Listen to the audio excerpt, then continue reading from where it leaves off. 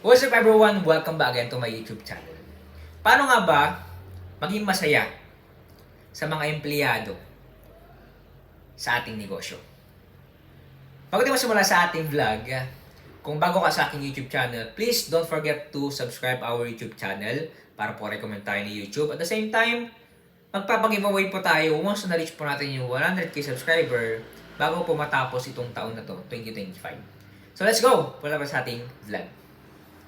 Kung makita niyo po sa ating thumbnail, masaya po kami that time. Kami po ay nag-team building. Nag-usap-usap, nag-appreciating everything. Para maging masaya tayo, ilabas mo sila. Okay? It is more blessed to give than to receive. If you have a budget, a money, okay? Kapag kumikita yung business mo. Dahil nasa pagbibigay ang kasiyahan. That's the joy. Hindi naman porket wala kang pera, hindi ka na makapagbigay. You have giving time, talent, and treasure. You have a money, everything. So if you have no money, kausapin mo sila, bigyan mo sila ng knowledge, everything. Pero if you have a money and kumikita yung business mo, edi mas maganda, di ba? Pasyal mo sila, team building kayo, libre mo sila.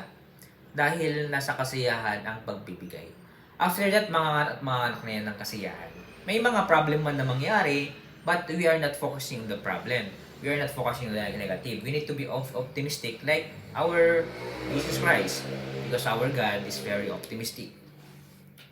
Tinitingnan niya yung positive. Okay? Bagamat ibabalance pa rin naman natin yan. Pero dapat mas matimbang pa rin yung pagiging positive natin. Kasi kung ano yung inisip mo, ano yung mind mo, pag negative yan, mangyayari yan. That's the reality. Kaya nga tayo, in-exercise tayo ng Panginoon na maging positive sa ating mga iniisip. Kaya nga tayo, nagpipray tayo na yung stronghold, ingatan ng Panginoon yung pag-iisip natin kasi yung mga negativity ay nagmamanifest. Kaya we need to be a positive. Pagkamat alam na natin yung mangyayari, pero kailangan natin na maging positive pa rin. Alam na natin yung maging fall down, pero kailangan pa rin natin maging positive or optimistic. Kaya tandaan nyo, we need to be a giver. If you want to be maging masaya. Bago tayo magtampo sa ating vlog na to, meron akong ginawang libro para sa inyo. Especially sa mga may problema sa negosyo, magsimula sa negosyo, nagsisimula sa negosyo, at wala pang alam sa negosyo. Negosyo reality para to sa inyo, saktong-sakto. Medyo mahal tong libro na to, pero worth it.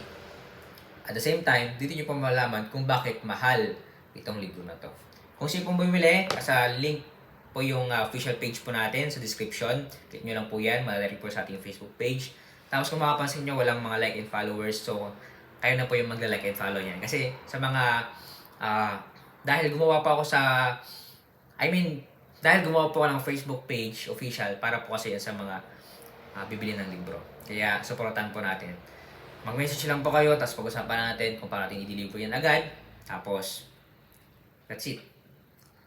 I-deliver na po namin agad yung gusto nyong librong basahin.